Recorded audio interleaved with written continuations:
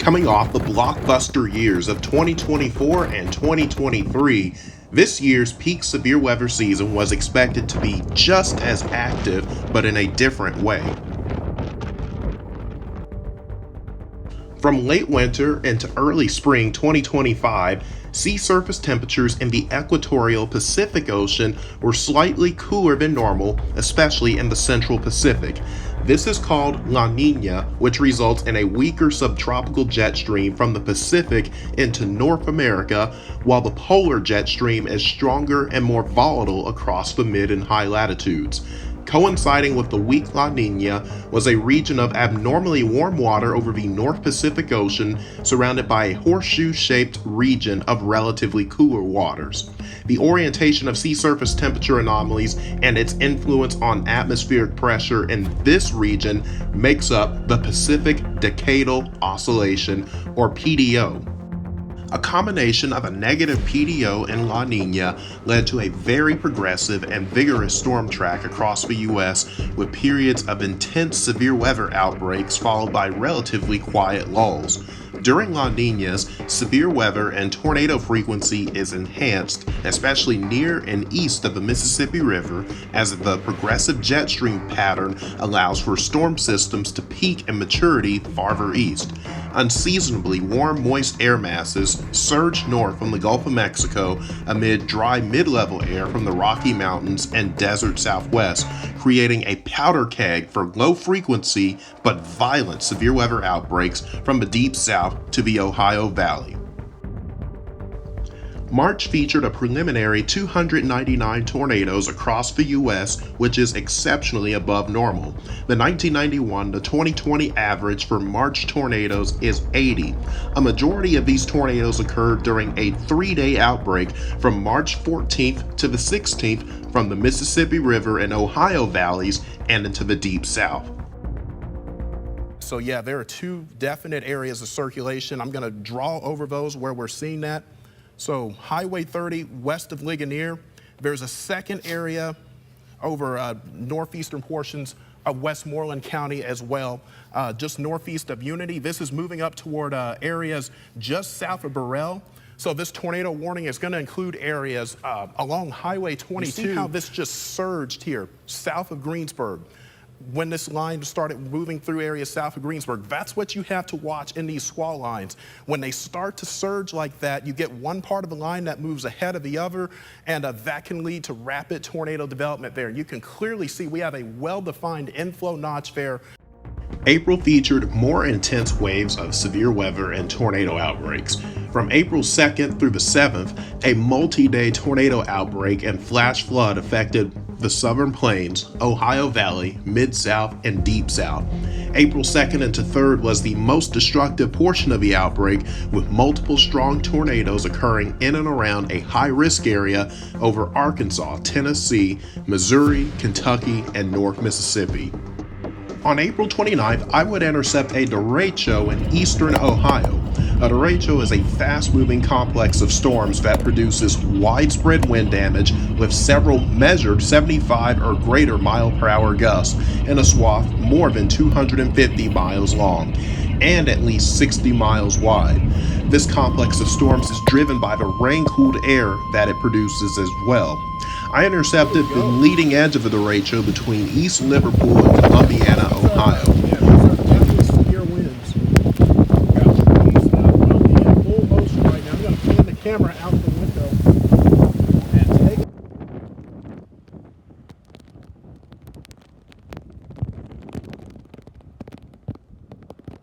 So if you're in the Pittsburgh metro, this is what's headed your way. Once the derecho passed, several hundreds of thousands of people lost power, and there were 3 fatalities in western Pennsylvania from the storm.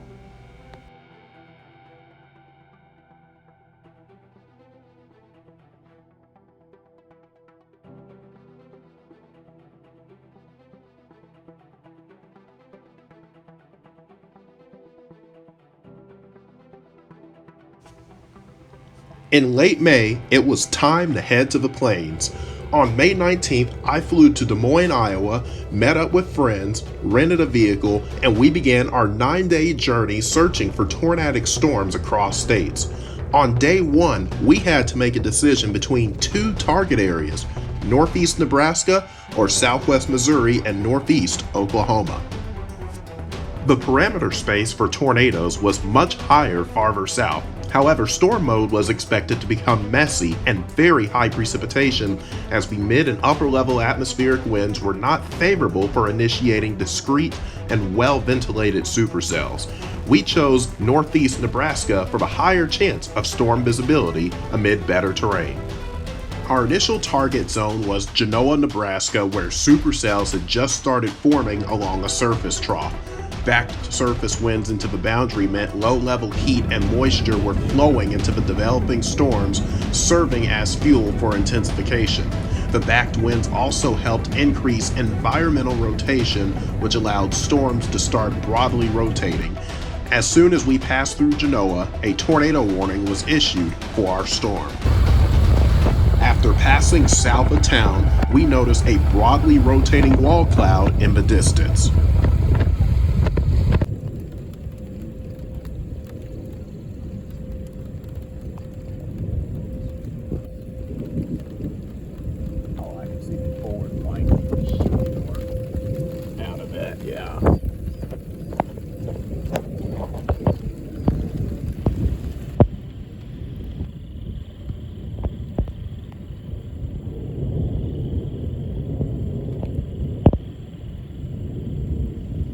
For several minutes, the wall cloud remains very low to the ground, and an inflow tail spinning horizontally can be seen moving into the updraft.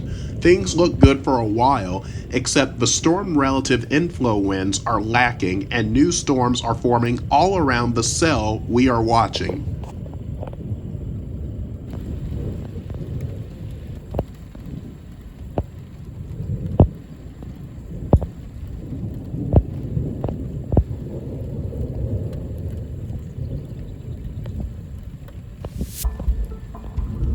Our window for viewing a clean tornado starts to look short-lived.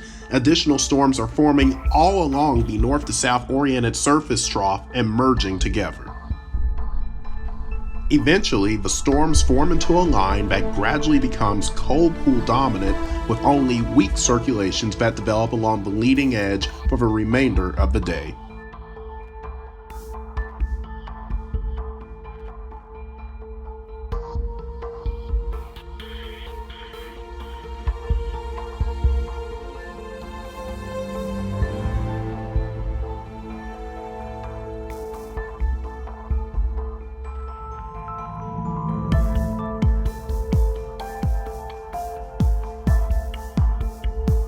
On day 2, we followed the same storm system east to central Illinois, where a slight risk of severe weather was outlined by the SPC.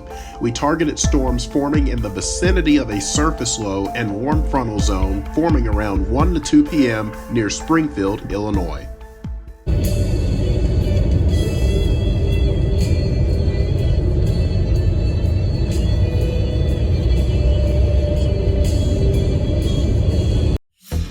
As we're moving into the Springfield area, 3 supercells rapidly form ahead of the surface low and its associated cold front and show broad signs of rotation. Severe thunderstorm warnings are issued on all 3 cells, then a tornado warning is issued for the middle supercell.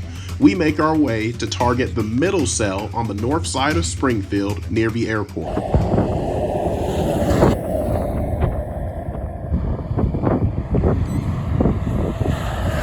After reaching and watching the middle supercell for a bit, we believe its structure does not look that appealing and imminent to produce a tornado. We then readjust farther south, punching through the hail core of another supercell with a slightly better look to it on radar.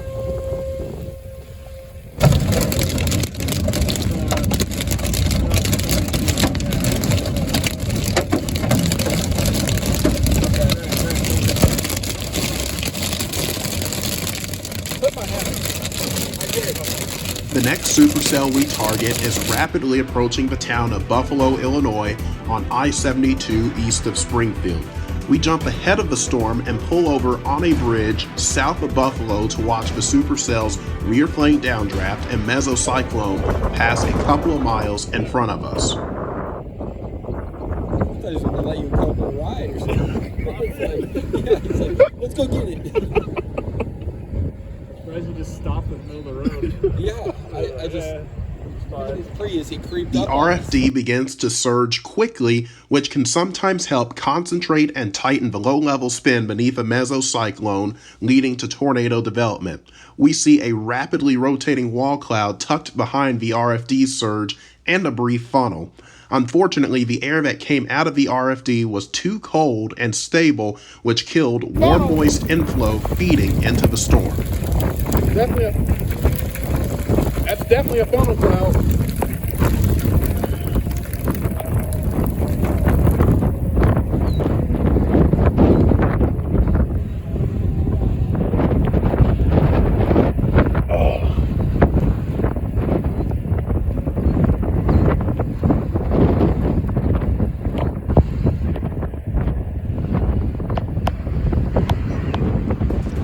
We continue to follow this cluster of cyclic supercells for another 2 hours from central into eastern Illinois, where we observe several wall clouds.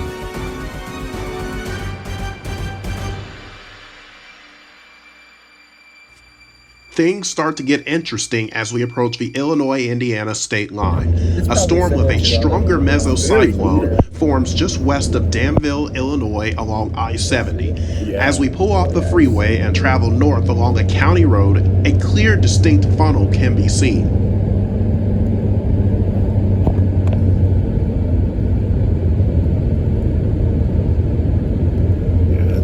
We trail the mesocyclone in the RFD region. Suddenly, as we come into the town of Collision, Illinois, a rapidly swirling tubular mass of cloud condensate can be seen rising from the ground and into the rotating wall cloud above it. The storm has produced a weak and brief tornado.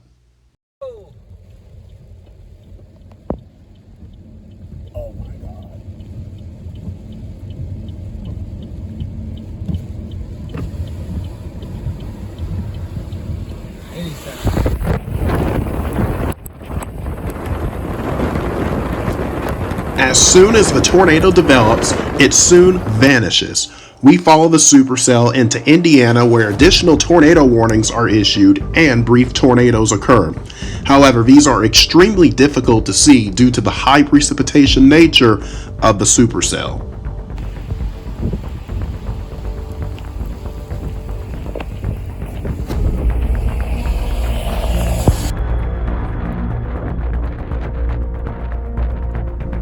Eventually, the semi-discrete supercells grow upscale into a large mesoscale convective system, which leads us to the end of our chase.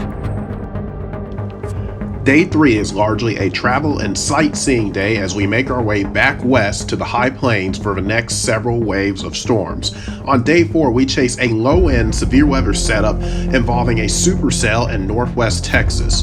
This supercell formed near an area of converging winds at the surface and moved along a remnant outflow boundary left over from a morning mesoscale convective system. Storm development is explosive near and south of Wichita Falls, Texas, as the atmosphere is a powder keg of moisture and available energy.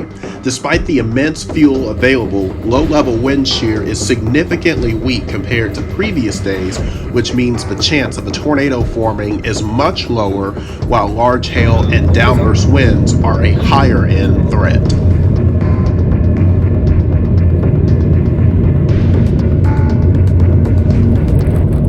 As we approach the supercell from the right flank and encroach on the mesocyclone, there is a slowly rotating wall cloud.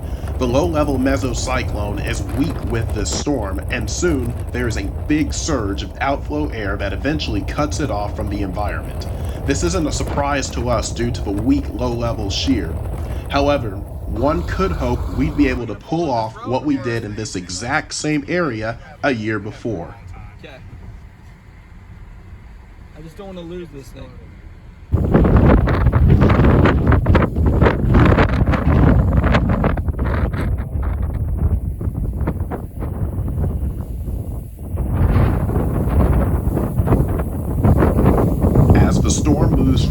Venture City, Texas area toward Graham without showing any decent signs of rotation, we let it go and continue our trek west as we knew we needed to be ready to target the Colorado Plains for a better setup the next day. I'm sure if they were getting in the way.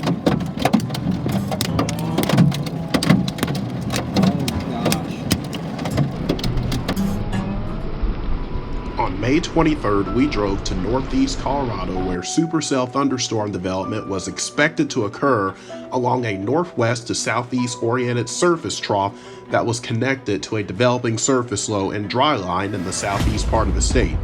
While speed and directional shear had improved vastly from the day before, there was some slight concern about moisture advection. Initially, the storm that developed was west of the surface trough and very high-based as it was in a moisture-parched region. However, it migrated southeast toward the boundary where higher dew points were pooling on its eastern side. Also, the change in wind direction along the boundary allowed for more low-level spin to develop. This storm was taking on the two ingredients it needed to produce a tornado.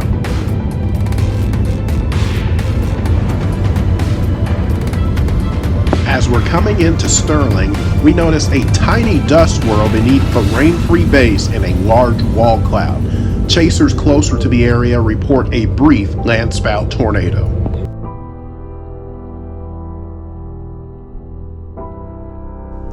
Once we pass through Sterling, we take several dirt and back roads toward the Atwood and Marino, Colorado area as the supercell is developing strong low-level rotation. Around 5:10 p.m., the storm produces its first long-lived dusty tornado near Marino, Colorado.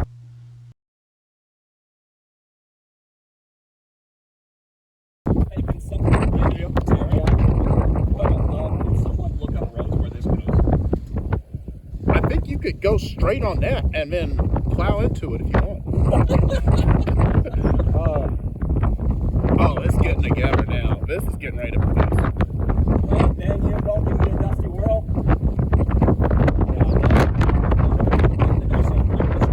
After the Marino tornado, the supercell is not done producing tornadoes. More moist inflow into the storm increases significantly, and it is maximizing its ingestion of environmental spin as it latches fully onto the boundary. As we're driving down State Highway 63 south of Marino, a new tornado rapidly develops less than 1 mile to the west of us on the highway.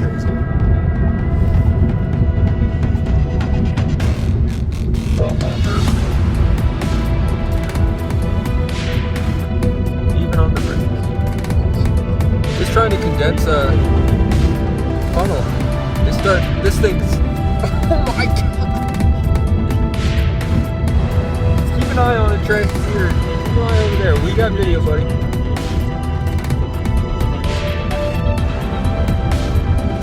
Right here, right here.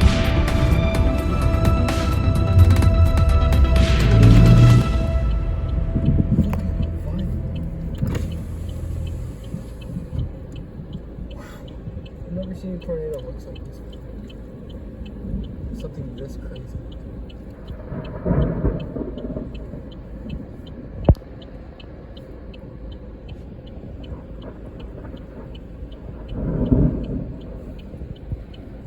Make sure this thing doesn't. Left, right? Yeah, it's going. It is.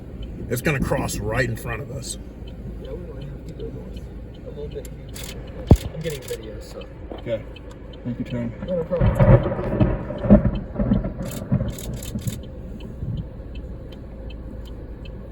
It's getting close enough. I gotta start zooming.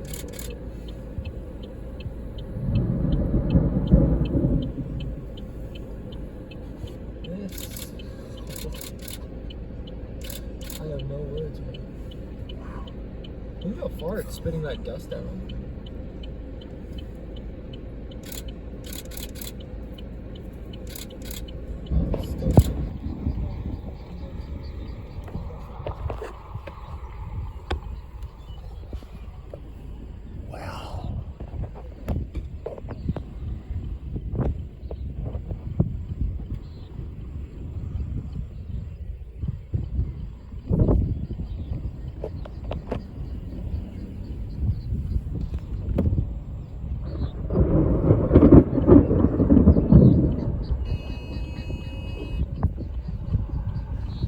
After beginning as a dustbuster, the tornado vortex fully Yes, I condenses am. from the cloud base to the ground due to lowering pressures and an increase in moisture levels. We would follow this tornado another 20 minutes until it dissipated.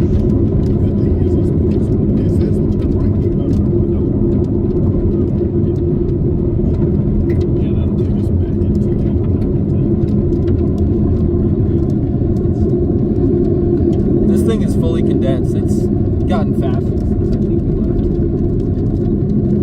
It's shooting up so much dust. Wow. I think there's another set of, yeah, the trunk is crazy. This is...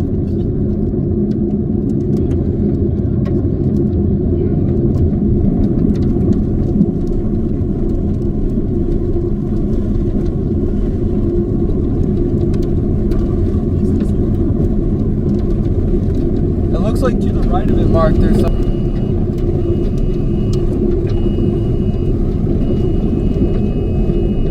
How close do you think we were when you were sitting by it?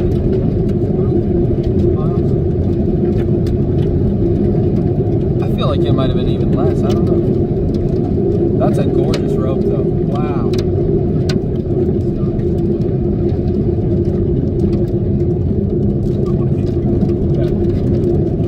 Yeah, I will send you any video I get while you're driving away from it.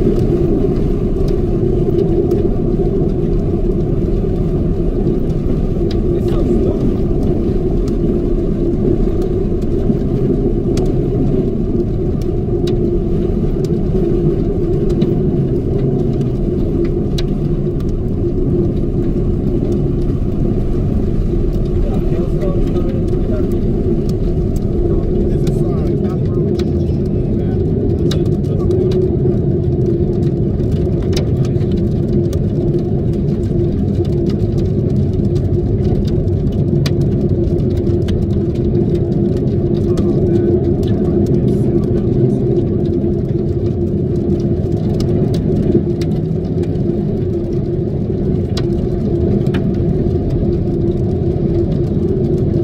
Oh man.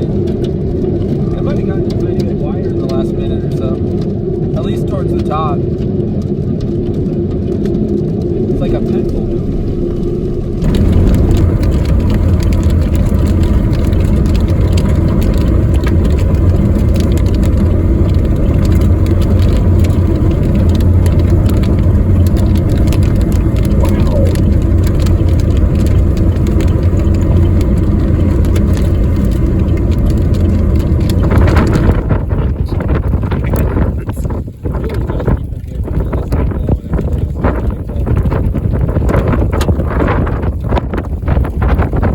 There's a second one. There's a second one right there. Yeah. We may have two. That wall cloud is getting lower. This is getting ready to produce a wide, big tornado. It's getting ready to get a big one going. Oh my gosh. This tornado is rated an EF2 and produces damage to a single-family house and snaps power poles. Some of the debris from the house was thrown a mile away from its original We're going to get a location. wedge.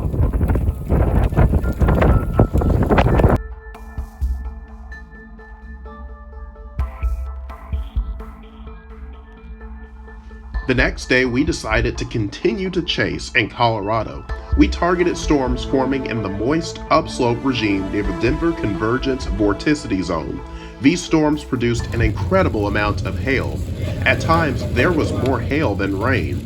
Due to Colorado's elevation, with the surface being closer to the atmosphere's freezing level and less impacted by melting, storms in Colorado can more easily produce hail without most of it melting.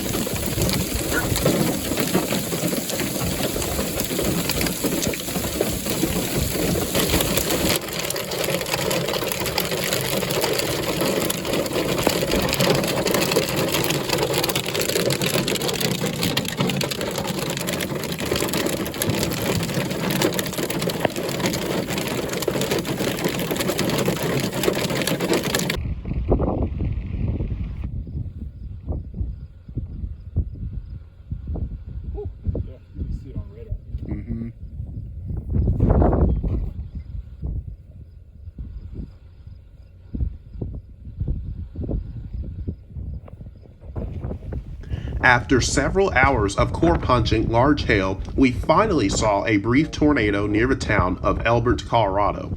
A funnel can be seen 2/3 of the way to the ground.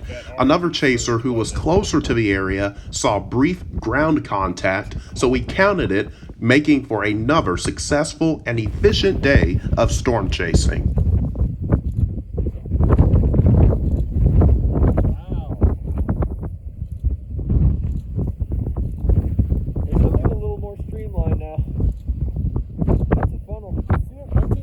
Yeah. You can even see the clouds come with it.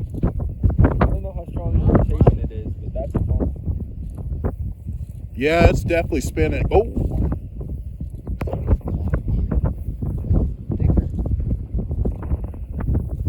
that is. What is going on?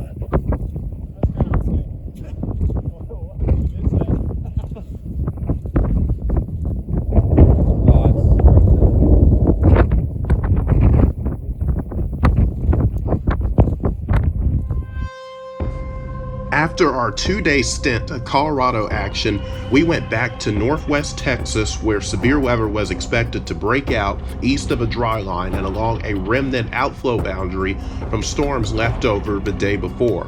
We drove from Paducah to Matador, Texas, where storm development was expected to occur around 2 p.m. The first supercell of the day developed explosively in an extremely unstable air mass west of Paducah near the town of Matador. The environment was a textbook high cape, low shear, which meant storms that day were going to be tall, explosive, and cyclic in intensity and their ability to sustain a mesocyclone. Our crew, along with several other chasers and research groups, monitors the storm near Matador, which shows signs of broad rotation but is primarily a hailer.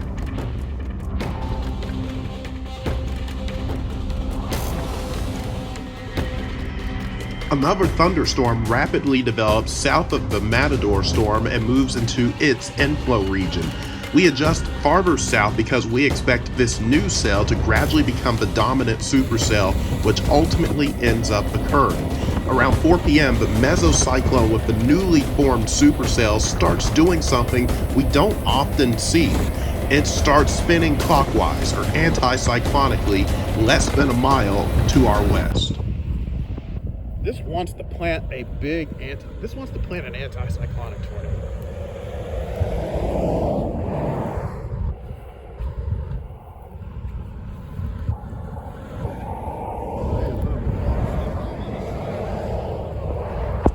We notice a lot of motion with the rain curtain starting to move into and around the circulation from the forward flank. Radar shows a well-pronounced anticyclonic tornado vortex signature on velocity data. Unfortunately, the rain curtains obscure our view to adequately make out any funnel cloud or other features of the anticyclonic circulation. Soon, the anticyclonic circulation dissipates, but the mesocyclone begins to reorganize.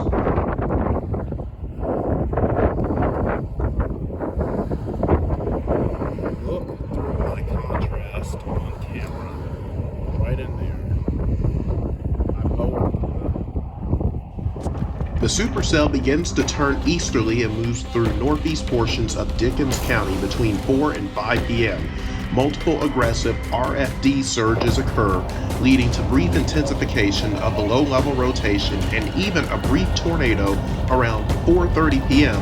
along the leading edge of the storm.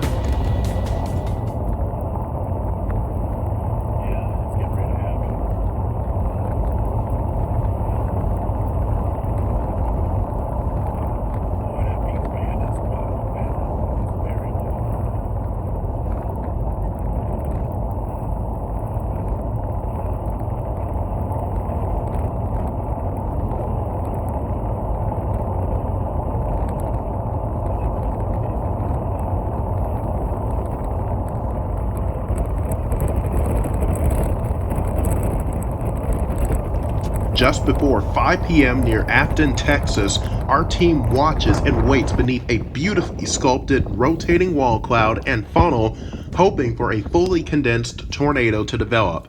Unfortunately, the rain-cooled air surges out too fast from the storm and spreads out near the ground underneath the low-level mesocyclone, which is not strong enough to form a pronounced ground circulation. This would be the prettiest tornado if it... This thing's moving straight east now, so I say we just take our east route. So this highway goes north a little bit,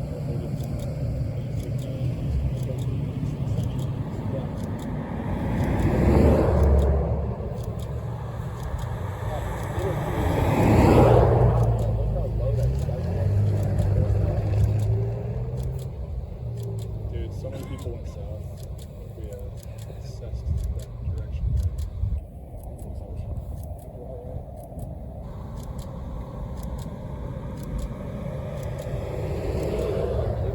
I have to be careful too, Trey, because in just a bit.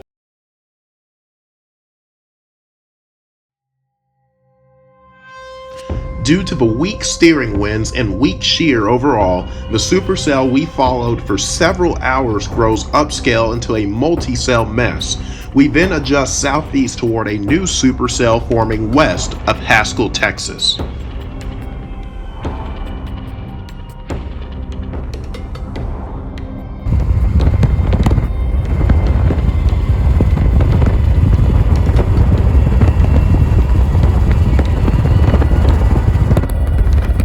This supercell produces a barrage of intense, positive cloud-to-ground lightning strikes. At 7:49 p.m., a tornado forms just southwest of Haskell.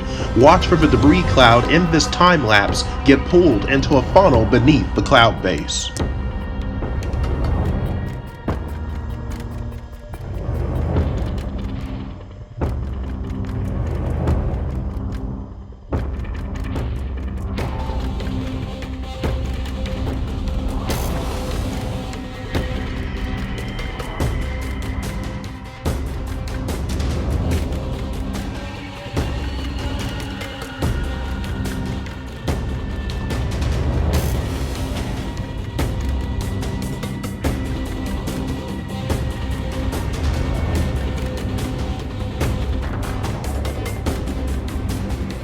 The next day, severe weather is expected to occur in central Texas, mainly focused in the hill country. We targeted just southeast of San Angelo along a remnant outflow boundary left over from storms the night before. Supercell development was expected to occur in this area, and any storms that latched onto the boundary would be in an environment with increased low-level shear, supporting tornado development in addition to giant hail and destructive downburst winds. Initially, we watch this storm from a distance as it produces intense cloud-to-ground lightning.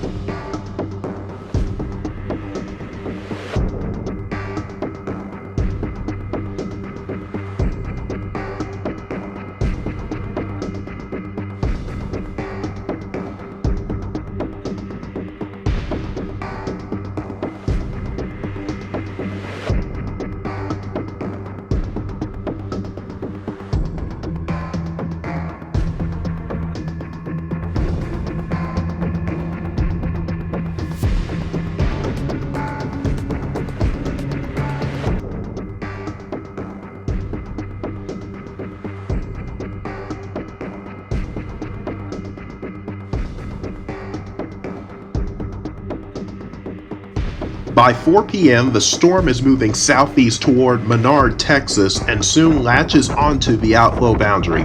Rotation increases in the low levels, and we watch a brief, uncondensed tornado form near the town as we watch from several miles to the east, looking back to the west.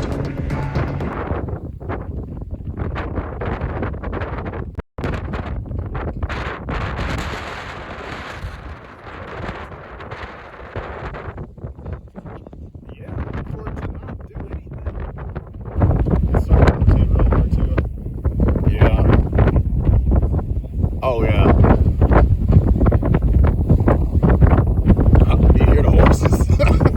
They're getting excited.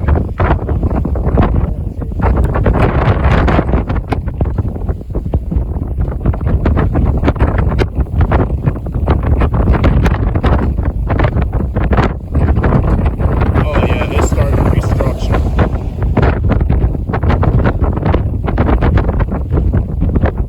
Yeah, it's coming together.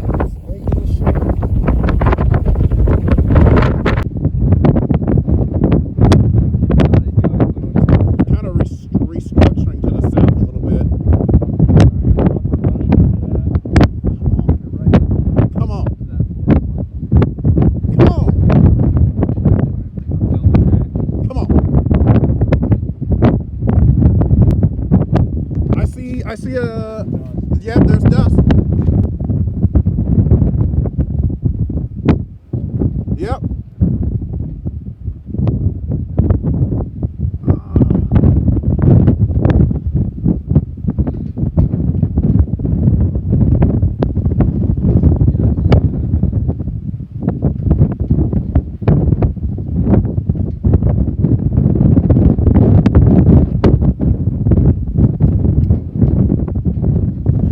Soon after the brief tornado, the mesocyclone gets cut off from a surge of cold rear flank downdraft winds.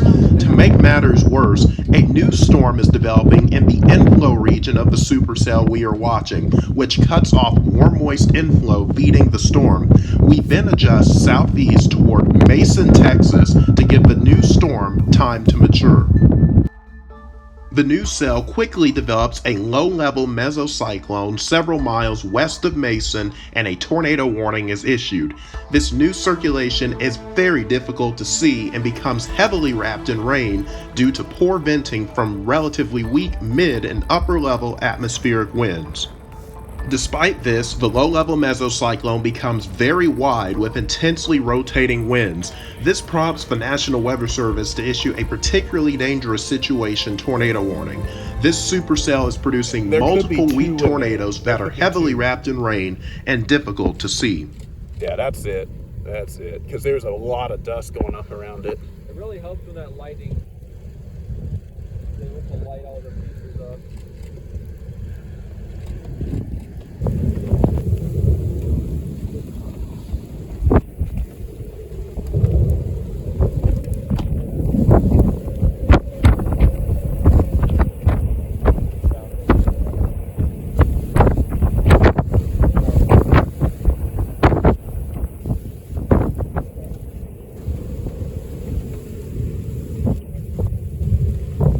This thing is green. Yeah, that dark mass.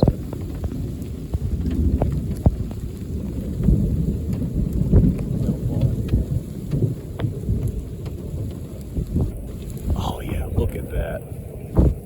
There's a funnel back there. Some sort of shut. Yeah.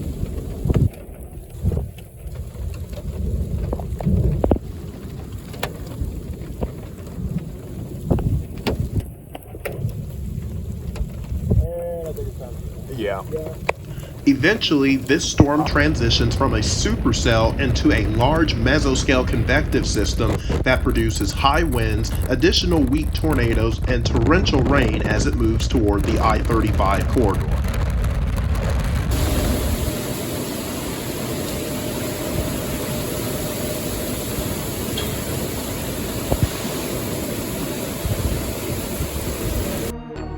This storm chase trip concluded with over 5,000 miles driven across 9 states and just under a dozen tornadoes, most of which were brief, weak, and insignificant. We had another great year roaming the plains and watching storms across states. This year was also a year of growth for me as I completed a Master of Science in Geosciences and Applied Meteorology from Mississippi State University. I also had the honor of meeting extreme meteorologist and storm chaser Dr. Reed Timmer at a presentation. In March, my friends and I were able to present a recap of a severe weather outbreak that occurred in 2024 at the Central Iowa National Weather Association Severe Storms and Doppler Radar Conference. And lastly, I had the honor of being in an episode of Discovery Channel's In the Eye of the Storm on the Greenfield, Iowa tornado of May 21st, 2024. This second tornado is more powerful than the first and is categorized as an EF4 tornado, which is a violent tornado and extremely rare. Oh my God. I wish everyone a happy new year and continue to chase on.